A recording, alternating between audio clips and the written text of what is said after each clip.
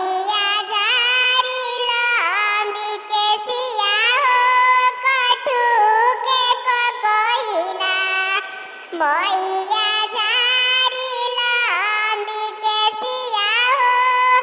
कथु के कहिना नारियल के तेलवा मैया सिरवा में लगवनी हो सोने के कहिना मैया झारिल अम्बिके सिया हो सोने के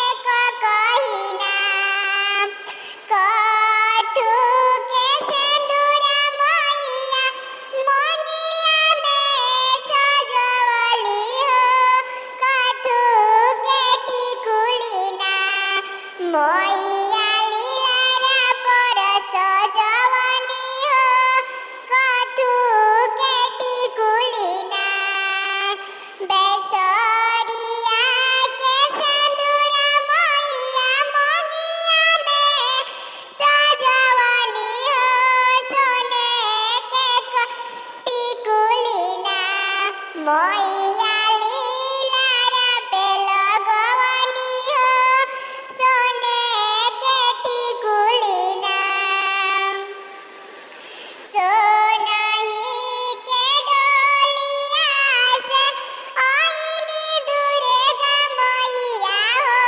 कि कवन सेवा खाना हमके नव दिन रखी है हो कि कवन सेवा खाना अपना महलिया से निकले एक तिरियावा हो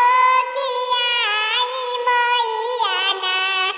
रौरे आसन लगवनी हो कि आई मैया ना नव दिन सेवा करब चुनरी हम ओढ़ब हो